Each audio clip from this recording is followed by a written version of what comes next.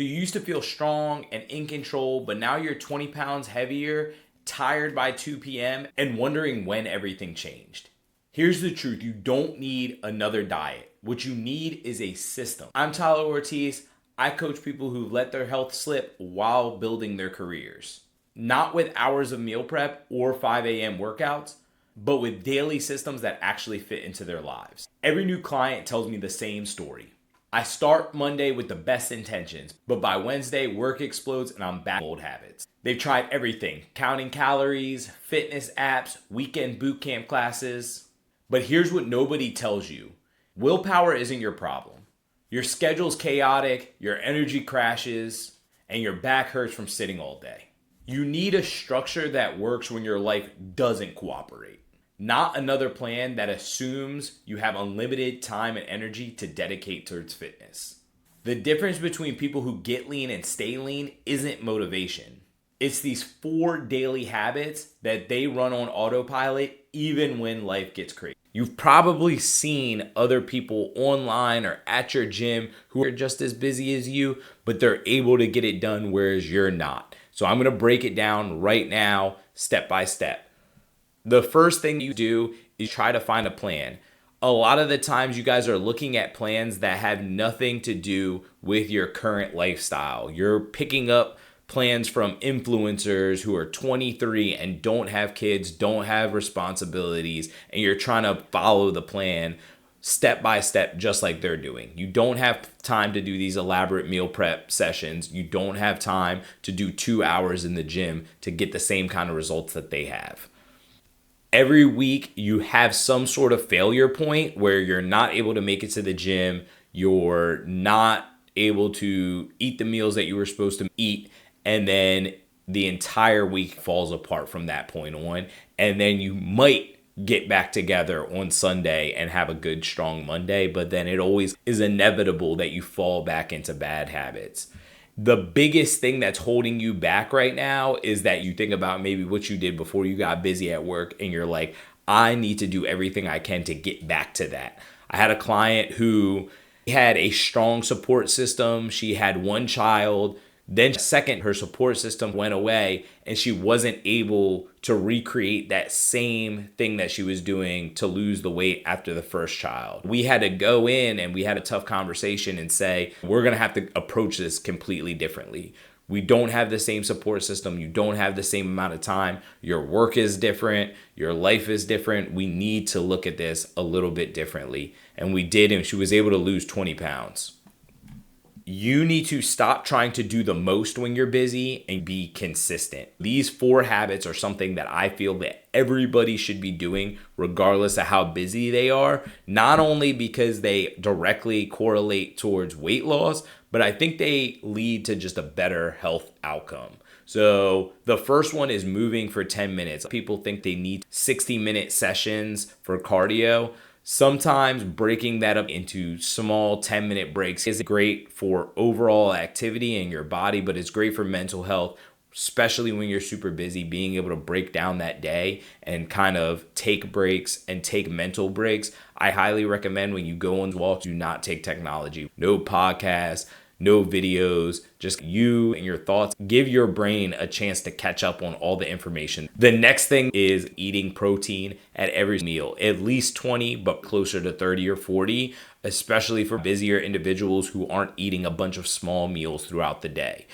This really is going to come down to you eating meat, eggs, Greek yogurt. Those are the things that are going to give you your most bang for your buck. They're going to leave you feeling full for longer. They're going to leave you hitting your protein goals for the day. And they're going to make it so that it's easy to make a lot of good, solid meal choices around that single protein choice. So start every single meal with what is my protein source and then base the rest around that. That's what I do for all my meals. That's what all my clients do. And it's the easiest way to look at food. Having a bunch of recipes, that's great sometimes, but for the core of my foods and my clients' foods, we're thinking protein first and then a couple things to surround that to supplement that meal. Maybe that might be rice, maybe that might be veggies, maybe it might be a little bit of both, maybe it might be berries that we throw into our Greek yogurt, but we want to focus on protein at every meal. There's tons of misinformation on water. The best way to look at water is it is the ultimate regulator. So if you are feeling abnormally hungry, if you are having issues with your energy fluctuating, the very first thing I would do is drink water. A lot of times you're less hungry than you thought you were, and that really stems from water being a great regulator. I don't think that there's a specific amount of water that you need to be drinking every single day and that you need to follow it like gospel. I don't think you're going to not lose weight if you don't drink a gallon of water a day or half your body weight in ounces a day. It is going to help regulate your hunger levels. It is going to help regulate your energy levels, which in the long run is going to help you in your fitness journey. And then the last thing is sleep. Your hormones are regulated during sleep. So your stress hormones, your hunger hormones, your fullness hormones, all those are things that get depleted throughout the day and reset from a good night's sleep. Make sure you're getting your sleep. You are going to be fighting an uphill battle when it comes to your fitness journey. If you're not getting 7 hours of sleep, that's something that you really need to spend a lot of time reworking your life in order to get that. That might mean shutting off work at a certain hour. That might mean taking supplementation like magnesium glycinate or even melatonin. That is going to involve sleeping with your phone in the other room. These are things you need to do in order to make sure that your sleep is good. Because if you're not getting sleep, you're not going to have the energy to go for your walks or the willpower to focus on getting protein first. If you're not getting enough sleep, it's really going to affect whether or not your brain processes dehydration properly. Are you dehydrated or hungry? Your sleep is going to be a big factor in whether or not you're able to determine which is which. You need to get away from the all or nothing mentality. Instead, move to always something. If I'm not able to get 10,000 steps, let me try to get 6,000. If I'm not able to go to the gym, let me try to go for an extra long walk. These are the things that you need to be focused on, and it needs to just be a 2-day thing. What are the things that I can do today that are within my power that I can move the needle forward or at least not move it back? What you'll see a lot of people do is when they get busy, they completely drop their good habits. They fall back into their bad habits. They tell themselves that, oh, this is a busy season for me. I'm just going to get back to it at a later time. Years go by and now they're struggling to build those really easy habits that they had before times got busy. You see this a lot with women. So women will have their periods once a month for 1 week. They'll do great 3 weeks out of the month. Then that 1 week, they get into their period mode where they're giving into cravings. They're low on energy. And I've told my clients, when you're going through that, try to push through, try to do something. You'll notice your body is less tired than your mind. Your mind is, I just want to eat and sit.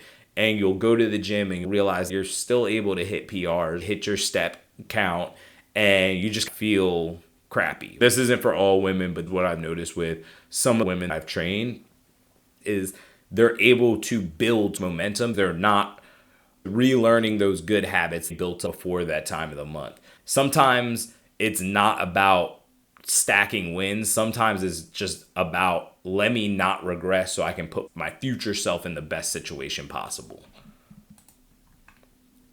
And so what you'll find is once you get out of this slump, you'll realize, okay, because I was doing enough, maybe I wasn't doing the best, or maybe I wasn't doing all I wanted to do. You'll realize that you'll have that energy that'll push through. You'll have that confidence when you go into that busy work meeting. You'll have your clothes that still fit and a body that is energetic and supports your goals versus having to reset every single time you go through a busy season.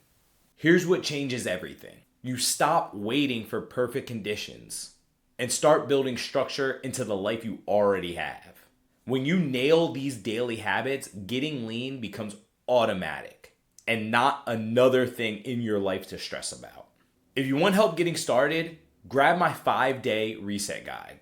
It breaks down step by step exactly how to build these habits so you can start seeing results this week. Next week, I'm going to show you the biggest mistake people make when it comes to working out and how one simple fix can change everything for you. So subscribe so you don't miss it.